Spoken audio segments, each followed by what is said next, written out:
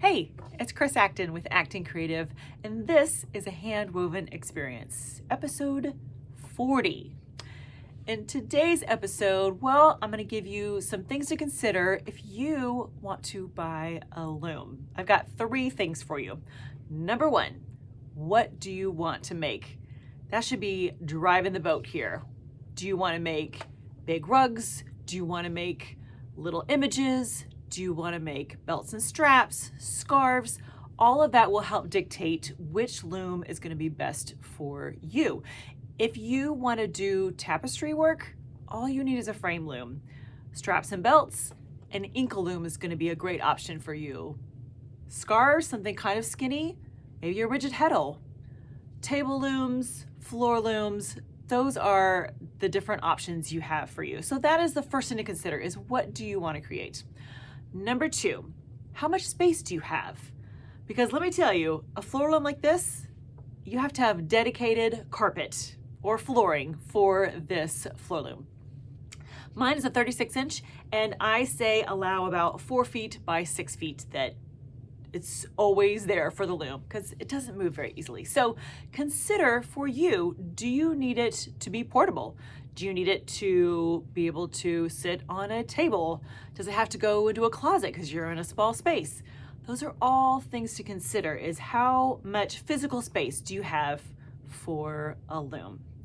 All right, number 3 is, last but not least, of course, is the budget. How much do you have to spend on a loom? Because there's a great variety, let me tell you. As a matter of fact, if you are crafty, you love the handy stuff, you can make your own in a lot of cases. If you want to do tapestry work where you're making images, a frame loom is really easy to make.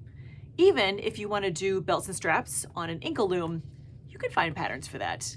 So if you're feeling really crafty, then there's quite a few looms, the simpler ones, that you can make yourself. No big deal.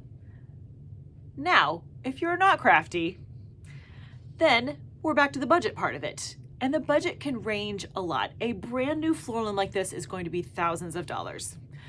But you can find a used one. You could check in with your local weavers guilds or eBay or estate sales. There's lots of options there. So you can certainly spend a lot of money on a loom, but you don't necessarily have to.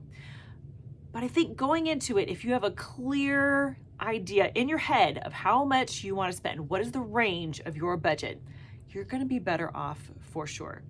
And let me just put a little asterisk here after our 3 considerations, is that I know very few weavers that only have one loom.